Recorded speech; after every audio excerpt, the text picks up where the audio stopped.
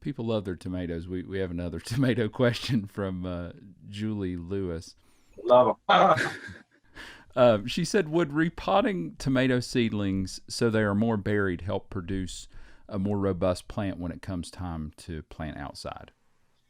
Yeah, I tell you, the thing about tomatoes, which it's intriguing, is that the bigger the transplant, the bigger the yield. So, and that's just uh, a matter of keep repotting, just going up higher pots, larger pots.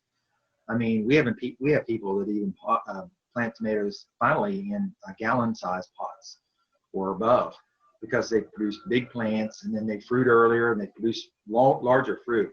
So tomatoes and peppers are unique by the fact that larger transplants mean larger yields. Not all vegetables are like that.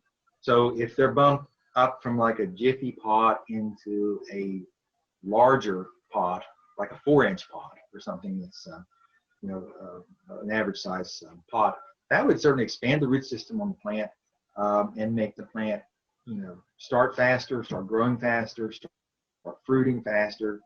So yeah, I'm definitely in favor of large transplants for tomatoes and repotting them into larger pots. That's interesting. The larger the transplant, the more yield you'll get off the plant. Yeah, I mean it's unique to tomatoes and peppers and watermelons are like that. But other vegetables, you never see quite that difference all the time. But so yeah, I think that people that try to grow tomato plants in small containers are going to pay a price because they're not going to produce big size plants when they're planted out in the garden.